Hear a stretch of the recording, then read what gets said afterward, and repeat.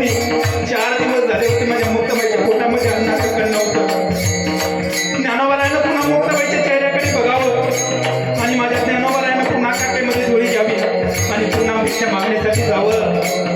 ऐका, प्रत्येकाच्या दारातून जाऊन उभं राहावं, आवाज द्यावा. हो ताई, हो ताई, माझ्यासाठी नकोय, माझ्यासाठी नकोय, माझ्या दादासाठी पण नको, माझ्या काकासाठी पण नको, पण माझ्या मुक्ताबाईसाठी खूप छोटी आहे ना ती. माझ्या मुक्ताबाईसाठी रात्री सुस्त भाकरीचं पीठ द्यावं ताई. माझ्या ज्ञानोबारायांना विनंती करावी, माझ्या ज्ञानोबारायांना पाहून लोकांनी दरवाजे लावून घ्यावे. मला ऐका ऐका, पुन्हा माझ्या ज्ञानोबारायांनी पुढच्या घरी जावं, पुन्हा पुढच्या घरचा दरवाजा समोर जावं, विनंती करावी. बाबा ताई, माझ्यासाठी नको, अर्ध्या कर भाकरीचं पीठ द्या मला. खूप खूप उपकार होते तुमचे, हे तुमचे उपकार मी आयुष्यभर विसरणार. अर्ध्या कर भाकरीचं पीठ द्या मला. एखाद्या ताईला माऊलीला दया यावी. ऐका माझा बाप, एखाद्या ताईला माऊलीला दया यावी. एखाद्या ताई माऊलीनं माझ्या ज्ञानोबारांच्या झोळीमध्ये एवढं एवढं पीठ टाकावं, हास्य बोलायचं माझ्या ज्ञानोबाराच्या चेहऱ्यावर.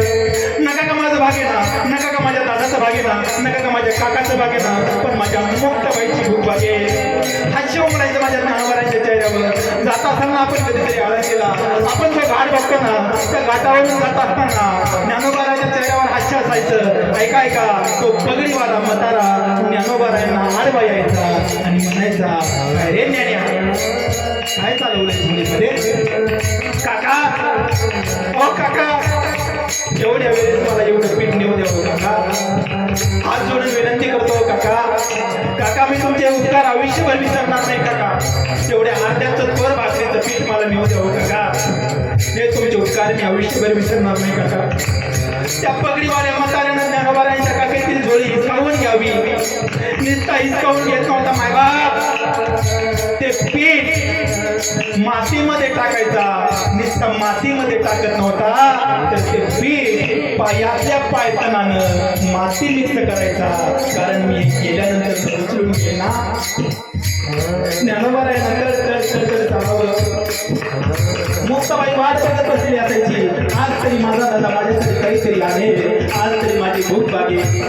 ज्ञानोबारायानं मुक्ताबाईकडे पाहावं आणि ज्ञानोबारायाने मुक्ताबाईने ज्ञानोबारायांच्या डोळ्यामध्ये पाणी बघावं आणि मुक्ताबाईने म्हणावं, दादा नाही आलं ना आज काही, दादा आजचा दिवस सुद्धा मी पाण्यावरच काढेल दादा, पण तुमच्या डोळ्यामध्ये पाणी येता कामा नाही दादा.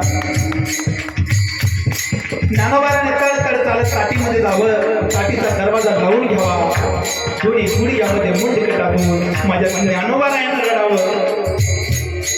अरे फार अपकार केला या लोकांनी माझ्या ज्ञानोबारायावर. एवढा त्रास दिला ना, अन्नाचं कणच मिळून गेलं नाही. ज्ञानोबारायांना आता असं म्हणावं, नकोय आता जगणं, संपून टाकायचं स्वतःला. माझी 8 वर्षाची चिमुकली मुक्ताबाई ज्ञानोबारायांना उपदेश करते, दादा नाही हो दादा, नाही रडता येणार तुम्हाला. हो दादा, विश्वाची माऊली ऐशी ज्याची ख्याती, नाही रडता हो म्हातारा तुम्हाला. ज्ञानियांचा राजा, साधकांचा माय बाप, चिंतकाचा चिंतामणी, वत्य जो का पूजस्थानी.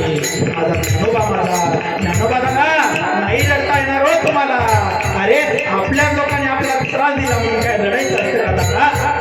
अरे जीभ दाताने सावली म्हणून काय दात पाडून टाकायचं का दादा? दादा नाही रडता येणार दादा तुम्हाला. दादा उघडा की काठी, हो दादा.